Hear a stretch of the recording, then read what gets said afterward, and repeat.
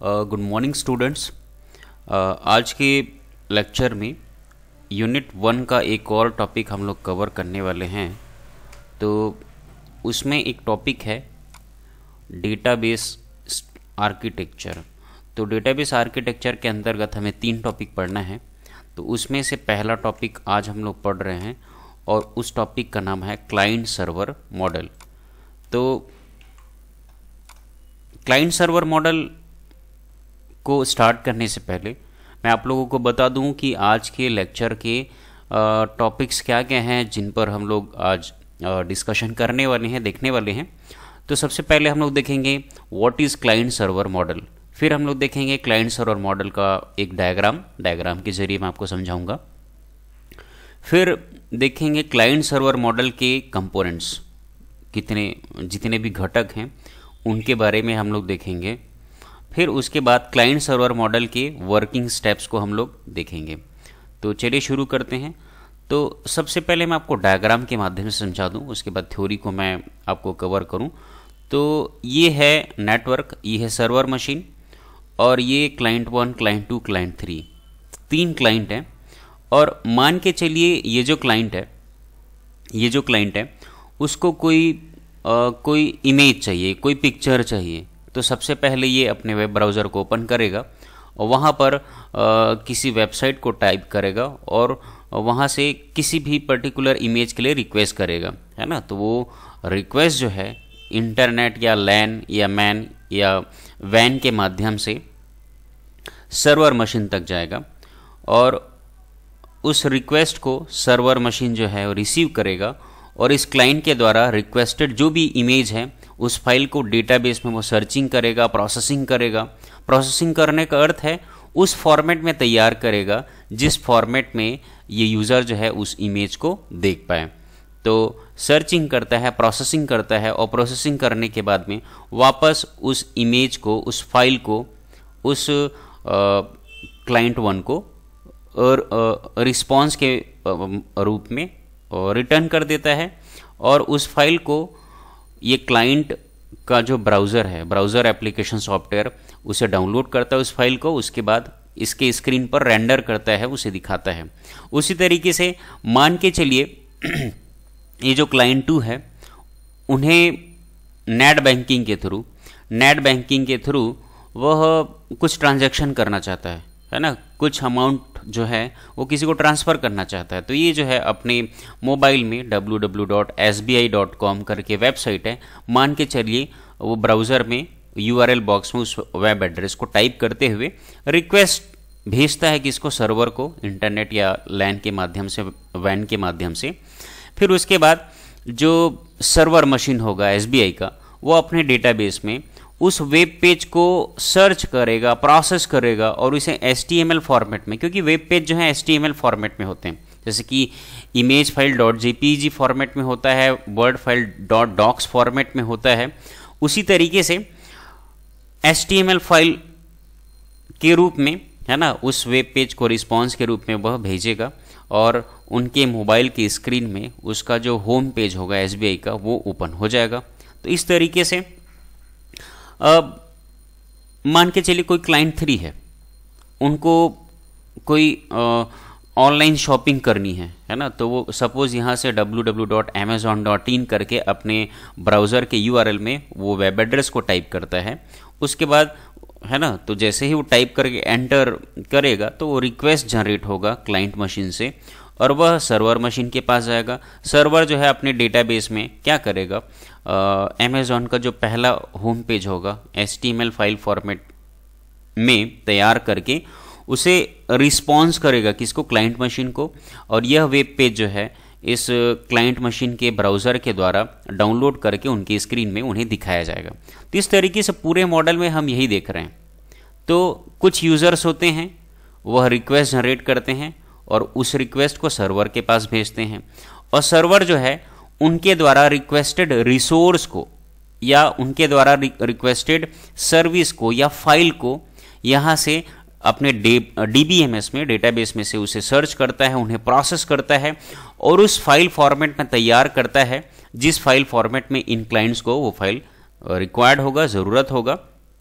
तो प्रोसेस करने के बाद में रिस्पॉन्स करता है। तो हम देख पा रहे हैं कि यहाँ पर ये जो यूज़र्स जो सर्वर को किसी सर्विस के लिए या रिसोर्स के लिए जो रिक्वेस्ट भेजते हैं, है ना, उन यूज़र्स को या उन कंप्यूटर्स को या उन सॉफ्टवेयर को क्लाइंट कहते हैं। और एक और महत्वपूर्ण यहाँ पर घटक है, कंपोनेंट है, जो क्लाइंट्स को सर्विस प्रोवाइड करने का कार्य करता है ना। जो ऐसा सर्वर एक ऐसा कंप्यूटर है या ऐसा सॉफ्टवेयर है कह सकते हैं, जो क्लाइंट्स के रिक्वेस्ट को रिसीव करता है और डीबीएमएस में सर्चिंग करता है उनके द्वारा रिक्वेस्टेड फाइल को या तो रिसोर्स को, और उसके बाद प्रोसेस करके उनको रिस्पॉन्स करता है या सर्विस प्रोवाइड करता है उस कंप्यूटर मशीन को या उस सॉफ्टवेयर को हम लोग सर्वर मशीन कहेंगे। तो उसी चीज़ को यहाँ थ्योरी फॉर्मेट में जो मैंने आपको समझाया है वो लिखा गया है। क्लाइंट सर्वर मॉडल एक डिस्ट्रीब्यूटेड एप्लीकेशन स्ट्रक्चर होता है। डिस्ट्रीब्यूटेड क्यों बोल रहा हूँ? क्योंकि यहाँ जो फाइल है वो डिस्ट्रीब्यूटेड है। डिस्ट्रीब्यूटेड मतलब बंटा हुआ है। उस फाइल को ये क्लाइंट भी ले सकता है, ये क्लाइंट भी ले सकता है, ये क्लाइंट भी ले सकता है। दुनिया का कोई भी क्लाइंट जो है सर्वर के सर्विस को या फाइल को या रिसोर्स को ले सकता है, यूज़ कर सकता है। जैसे कि मैं अगर अपने मोबाइल से YouTube खोलूं, मैं भी देख सकता हूं। आप अपने मोबाइल से देखेंगे, आप भी उसी सर्वर से उसी फाइल को आप ले सकते हैं। डिस्ट्रीब्यूटेड है, बटा हुआ है। तो क्लाइंट सर्वर मॉडल एक डिस्ट्रीब्यूटेड एप्लीकेशन स्ट्रक्चर होता है जो सेवा प्रदान करने वाले सर्वर एवं उन सेवाओं का लाभ उठा रहे क्लाइंट के बीच कार्य को अलग अलग करता है। तो यहां पर क्लाइंट सर्वर मॉडल जो है एक डिस्ट्रीब्यूटेड मॉडल होता है, जहां पर फाइल्स अथवा जहां पर सर्वर के जो फाइल्स हैं अथवा रिसोर्सेज हैं वो डिस्ट्रीब्यूटेड होता है मल्टीपल क्लाइंट्स के मध्य। और सर्वर एक ऐसा मशीन होता है जो सर्विस प्रोवाइड करता है रिस्पॉन्स करते हुए क्लाइंट्स को। और क्लाइंट एक ऐसा मशीन अथवा सॉफ्टवेयर होता है जिसके माध्यम से कोई यूज़र जो है सर्वर को किसी सर्विस या किसी फाइल या किसी वीडियो या किसी इमेज या किसी भी तरह के वेब पेजेस के लिए रिक्वेस्ट भेजता है। कुछ लोग इसे नेटवर्क कंप्यूटिंग मॉडल या क्लाइंट सर्वर नेटवर्क भी कहते हैं। ये जो कंप्यूटिंग मॉडल है उसे नेटवर्क कंप्यूटिंग मॉडल या क्लाइंट सर्वर नेटवर्क भी कहते हैं। इस मॉडल के अंतर्गत आने वाले सभी कंप्यूटर या तो क्लाइंट होते हैं या तो सर्वर होते हैं। और इस मॉडल में आप देख सकते हैं या तो क्लाइंट्स होंगे या तो सर्वर मशीन होंगे। अगर सर्वर की बात करें तो ये इंटरनेट पर उपलब्ध ज्यादातर रिसोर्सेस को होस्ट करते हैं। होस्ट करते हैं इन द सेंस सारे जो फाइल्स होंगे, चाहे इमेज हो, चाहे वीडियो हो, चाहे ऑडियो हो, ये यहीं पर तो होस्ट होंगे, यहीं पर तो मौजूद होंगे।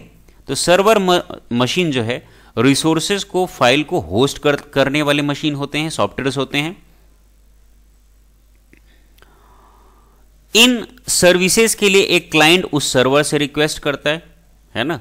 यहां पर जो मौजूद फाइल है, सर्विसेज हैं, उन फाइल्स और सर्विसेज के लिए क्लाइंट क्या करते हैं? रिक्वेस्ट करते हैं कि हमें वो फाइल चाहिए, वो रिसोर्स चाहिए, वो सर्विस चाहिए करके। एवं सर्वर उस रिक्वेस्ट को रिस्पॉन्ड करके वो रिसोर्स प्रदान कर देता है। और सर्वर क्या करता है? इन लोग रिक्वेस्ट भेजते हैं और वो डीबीएमएस में उस फाइल को छांट करके, खोज करके निकालता है और रिस्पॉन्स कर देता है और उस फाइल को भेज देता है क्लाइंट के पास में।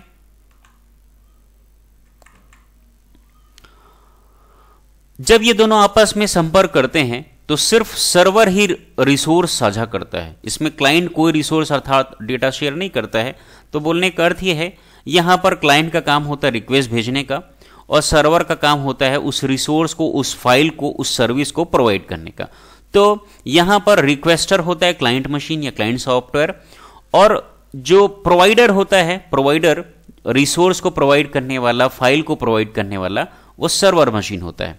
ज्यादातर सर्वर एवं क्लाइंट दोनों अलग अलग जगह होते हैं एवं आपस में इंटरनेट नेटवर्क की सहायता से संपर्क करते हैं, है ना। और ये जो क्लाइंट मशीन होंगे, सर्वर मशीन होंगे, हो सकता है ये जो क्लाइंट है रायपुर में हो और ये जो सर्वर मशीन है वो सिचुएटेड हो दिल्ली में।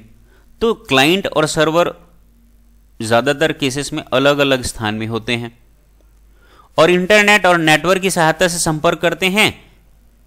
पर इसका मतलब ये नहीं कि एक ही सिस्टम के अंदर सर्वर एवं क्लाइंट दोनों ही नहीं हो सकते हैं। तो देखिए, अब क्लाइंट मशीन अलग स्थान में होगा, ये रायपुर में हो सकता है, बिलासपुर में हो सकता है, ये क्लाइंट जो है कवर्धा में हो सकता है, और ये जो सर्वर है माइट बी ये सिचुएटेड हो सकता है दिल्ली में या बॉम्बे में, है ना। इसका अर्थ तो यही हुआ कि क्लाइंट कंप्यूटर एक अलग कंप्यूटर होगा, सर्वर कंप्यूटर एक अलग कंप्यूटर होगा। लेकिन ऐसा नहीं है, किसी किसी स्थिति में क्लाइंट और सर्वर एक ही कंप्यूटर में भी हो सकते हैं। क्लाइंट और सर्वर एक ही कंप्यूटर में हो सकते हैं, है ना। जैसे कि यहां पर आपको स्पष्ट दिख रहा है, क्लाइंट कोई अलग कंप्यूटर है, सर्वर कोई अलग कंप्यूटर है। लेकिन किसी स्पेशल केस में क्लाइंट भी वही कंप्यूटर होता है, सर्वर भी वही कंप्यूटर होता है, मतलब सेम कंप्यूटर में क्लाइंट और सर्वर हो सकते हैं। एवं एक क्लाइंट कई सर्वर से सर्विसेज के लिए रिक्वेस्ट करता है। ये सर्वर कई तरह के होते हैं, जैसे वेब सर्वर, ईमेल सर्वर, एवं ज्यादातर क्लाइंट वेब ब्राउजर, फोन एवं कंप्यूटर होते हैं। तो भैया जो सर्वर के एग्जाम्पल हैं, है ना, वो वेब सर्वर हो सकता है, ईमेल सर्वर होता है। तो ईमेल सर्वर उसे कहते हैं जो ईमेल की सर्विस प्रोवाइड करे, और वेब सर्वर जो वेब की सर्विस प्रोवाइड करे। और जो क्लाइंट मशीन होते हैं ना, वो जनरली वेब ब्राउजर होगा, फोन होंगे या तो फिर कंप्यूटर्स होंगे। तो ये है ना क्लाइंट सर्वर आर्किटेक्चर या मॉडल का डायग्राम, जिसे मैं समझा चुका हूं। अब देखते हैं क्लाइंट सर्वर मॉडल के कंपोनेंट्स। तो भाई तीन ही कंपोनेंट हमको दिख रहा है स्पष्ट इस डायग्राम में। एक क्लाइंट कंप्यूटर या क्लाइंट सॉफ्टवेयर होंगे। अब कंप्यूटर बोल रहा हूं और सॉफ्टवेयर भी बोल रहा हूं, तो भाई ये कंप्यूटर है और इसके अंदर सॉफ्टवेयर तो होंगे ना भाई, ब्राउजर या कोई और एप्लीकेशन हो सकता है जो सर्वर को रिक्वेस्ट भेजे। तो क्लाइंट कंप्यूटर हो सकता है या तो क्लाइंट सॉफ्टवेयर हो सकता है। तो सबसे पहला जो कंपोनेंट होता है क्लाइंट मशीन होता है, जिसके द्वारा कोई यूजर जो है सर्वर को किसी स्पेशल फाइल के लिए या किसी स्पेशल रिसोर्स के लिए या किसी स्पेशल सर्विस के लिए रिक्वेस्ट भेजता है। और सर्वर मशीन जो होगा एक ऐसा कंप्यूटर हो सकता है, या हम उसे सॉफ्टवेयर, क्योंकि उसके अंदर सॉफ्टवेयर्स भी होंगे। तो सर्वर कोई कंप्यूटर मशीन हो सकता है, कोई सॉफ्टवेयर हो सकता है जो क्लाइंट के रिक्वेस्ट को रिसीव करता है और उनके रिक्वेस्ट के लिए वह सर्चिंग ऑपरेशन करता है डेटाबेस में और प्रोसेसिंग करता है उन डेटा को, है ना, उन डेटा को उस फॉर्मेट में तैयार करता है जिस फॉर्मेट में क्लाइंट उन डेटा को क्या कर सकें, समझ सकें, देख सकें। तो सर्वर, अगर मैं एक लाइन में कहूं, एक ऐसा मशीन होता है जो क्लाइंट के रिक्वेस्ट के लिए रिस्पॉन्स करता है, उन्हें सर्विस प्रोवाइड करने का काम करता है, वो होता है सर्वर मशीन। और नेटवर्क डिवाइसेस, भाई क्लाइंट और सर्वर के मध्य कम्युनिकेशन कराने के लिए, लिंक इस्टेब्लिश करने के लिए यहां नेटवर्क की आवश्यकता होगी। और नेटवर्क की आवश्यकता मतलब इन दोनों के मध्य कई नेटवर्किंग डिवाइसेस भी काम करेंगे। तो ये तीन कंपोनेंट हैं, क्लाइंट मशीन, सर्वर मशीन और नेटवर्क इंटरफेस या नेटवर्क डिवाइसेस। फिर हम लोग चलते हैं क्लाइंट सर्वर मॉडल के वर्किंग को। तो देखिए ये जो थ्योरी लिखा हुआ हूं स्टेप बाय स्टेप, तो देखिए opening the web browser by the client. तो सबसे पहले क्लाइंट क्या करता है, अपने कंप्यूटर में, अपने लैपटॉप में, अपने मोबाइल में वेब ब्राउजर को ओपन करता है। उसके पश्चात स्टेप नंबर 2 क्या कहता है, making request bye typing the website address in the URL box. अब ये जो क्लाइंट है सबसे पहले वो वेब ब्राउजर को ओपन करेगा या करेगी, और उसके पश्चात दूसरे स्टेप में ये क्या करने वाला है या करने वाली है, अपने कंप्यूटर के वेब ब्राउजर को ओपन करेगा या करेगी, और उस वेब ब्राउजर में एक यूआरएल बॉक्स होता है ना। उस यूआरएल बॉक्स में सपोज इनको कोई अमेज़न से कुछ खरीदी करनी है, तो ये यूजर स्टेप नंबर 2 में क्या करने वाले हैं, ब्राउजर के यूआरएल बॉक्स में उस वेबसाइट के वेब एड्रेस को टाइप करेंगे, एंटर करेंगे, और जैसे ही वो टाइप करने के बाद में एंटर बटन को प्रेस करेंगे तो एक प्रकार से क्वेरी या रिक्वेस्ट भेज रहा है यह क्लाइंट, या भेज रही है यह क्लाइंट, किसको, सर्वर को। तो इंटरनेट के माध्यम से इनका जो रिक्वेस्ट है वो सर्वर मशीन तक जाएगा, और ये सर्वर क्या करने वाला है, तो देखिए उसी स्टेप नंबर 3 देखो, यूजिंग नेटवर्क और इंटरनेट कनेक्शन, है ना। यूजिंग नेटवर्क और इंटरनेट मतलब नेटवर्क अथवा इंटरनेट का उपयोग करते हुए क्लाइंट मशीन और सर्वर मशीन के मध्य कनेक्शन इस्टेब्लिश होता है। तो स्टेप नंबर 3 में क्या बोल रहा है, स्टेप नंबर 1 था ब्राउजर ओपन करना, स्टेप नंबर 2 में यूआरएल में उस पर्टिकुलर वेबसाइट का वेब एड्रेस को टाइप करना। स्टेप नंबर 3 में सर्वर और क्लाइंट के मध्य कनेक्शन इस्टेब्लिश होता है। कैसे? इस नेटवर्क का प्रयोग करते हुए। और स्टेप नंबर 4 क्या कह रहा है? Server receives and understand the request और demand made by client. Step number 4 यह कह रहा है कि सर्वर जो है क्लाइंट के द्वारा भेजे गए रिक्वेस्ट को रिसीव करता है और रिसीव करने के बाद में सर्वर यह संज्ञान लेता है, समझता है कि क्लाइंट को क्या चाहिए, उसको क्या इमेज चाहिए, उसको क्या वीडियो चाहिए, उसको क्या ऑडियो चाहिए, उसको क्या कोई फाइल चाहिए। तो उसके रिक्वेस्ट को ये रिसीव करता है सर्वर स्टेप नंबर 4 में, और वह समझता है कि क्लाइंट को एग्जैक्टली क्या चाहिए, कौन सा फाइल चाहिए, कौन सा रिसोर्स चाहिए, कौन सा सर्विस चाहिए। ये तो था स्टेप नंबर 4। और स्टेप नंबर 4 में क्या करता है? Server process and search the file request by client in database by generating query. और यह सर्वर जो है, अब मान लो इनको कोई वीडियो चाहिए, वीडियो फाइल चाहिए, तो सर्वर जो है यहां से क्वेरी करेगा, एक रिक्वेस्ट भेजेगा डीबीएमएस को कि भाई इस क्लाइंट को ये वाला वीडियो चाहिए। तो यहां पर सर्चिंग ऑपरेशन होगा।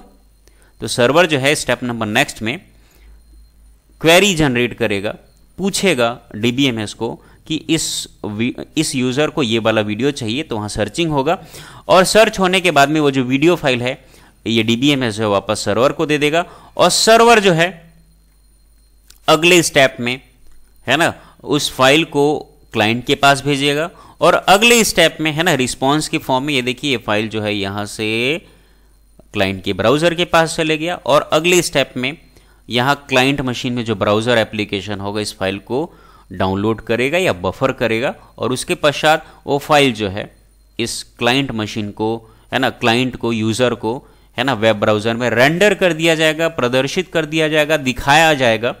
और इस तरीके से क्लाइंट सर्वर मॉडल का सारा वर्किंग ऑपरेशन यहाँ पर खत्म होता है।